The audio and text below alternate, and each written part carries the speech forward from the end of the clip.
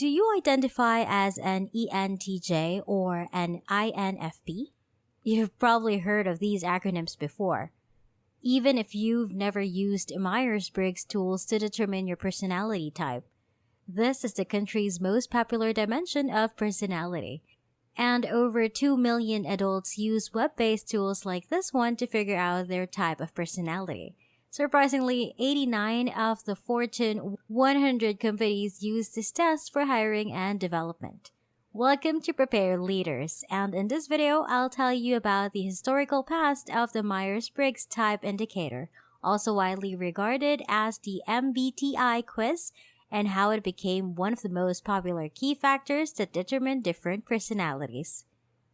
So Katherine Briggs and Isobel Briggs Myers were indeed mother and daughter who then became interested in studying personalities, even though they were not prominent psychologists.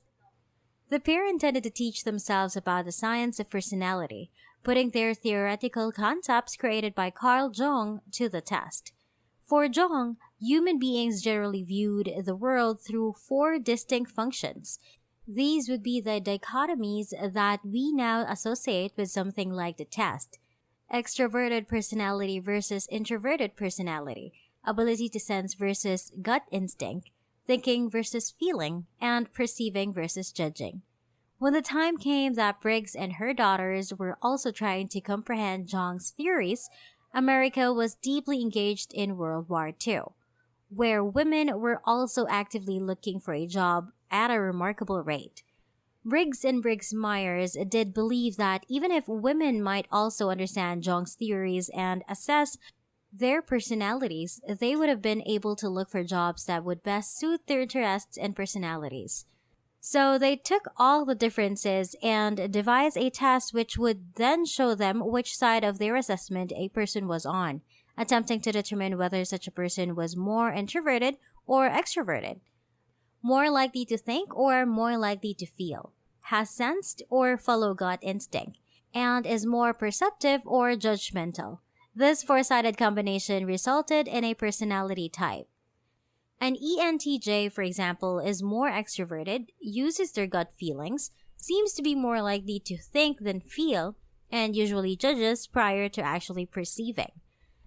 There really are 16 of all these personality types, and each one is highly probable to also have specific talents or skills in the workplace or in specific relationships. The Briggs-Myers Type Indicator Handbook, their first version of it with the assessment, was publicly released in 1944.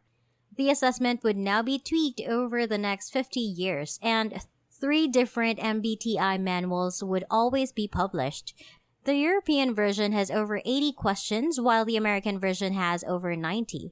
They say that only a very small number of certified professionals are allowed by law to administer and deliver the results of an MBTI.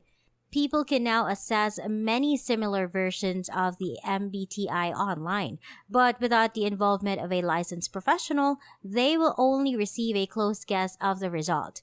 So you just took a test. What do the results mean?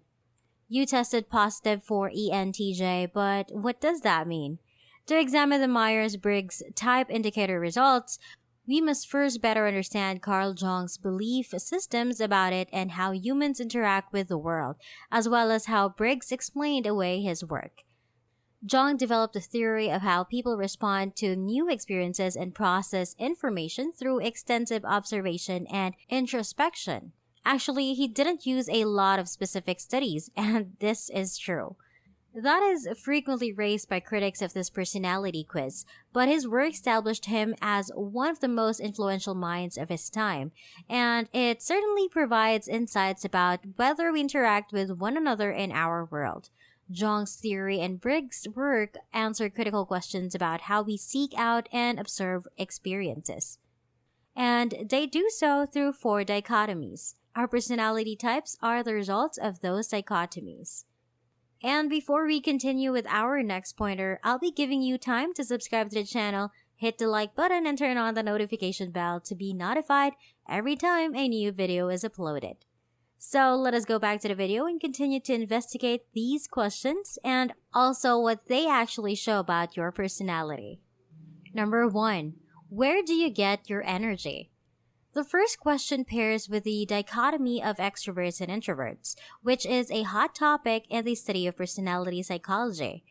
Extroverts or introverts are the two main categories of responses to the initial query, how do you even acquire your energy? Almost every personality test seems to feature at least one of these questions, but there are many myths regarding either of these two designations. There are plenty of misconceptions about either of these two labels. Extroverts don't always like to party hard. They just get their energy from stimuli as well as the outside world. Introverts aren't always quiet and reserved. They merely draw their energy from self reflection and staying in their own world. You can be social and an introvert, or you can be a shy extrovert. Number two, how do you take in information? The second question is, how do you absorb information? Do you feel it or do you use intuition? When you enter a room, how do you evaluate the situation? Do you prefer hard facts and direct responses? You're probably very good at sensing. Now, if you prefer to rely on your intuition, your gut instinct, you might get a sense of what's going on. You can observe body language, patterns, or simply feel the energy in the room. That means your second letter is an N, which stands for intuition. Number three, how do you actually make decisions?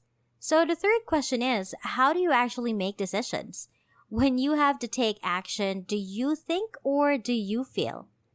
How do you actually decide what you want to do?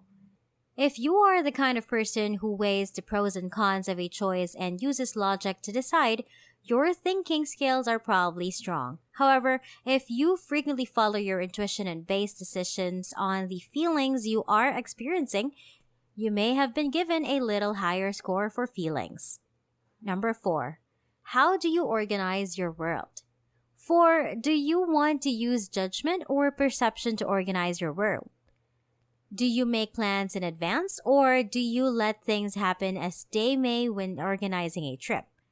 If you're a planner, you might discover that you schedule most of your activities. You can utilize your intuition to foretell your future actions and how the coming years will pan out. If you are more adaptable, you might rely more on how you see the world and what you interpret as a call to action. You go ahead and make the change. This dichotomy is in addition to Jung's original theories. Keep in mind that Briggs did not use Jung's theories word for word. She simply used his work as a guide to base her personality assessment on. These questions can certainly provide insight into how people would interact with others, which is why so many business leaders and hiring professionals use them.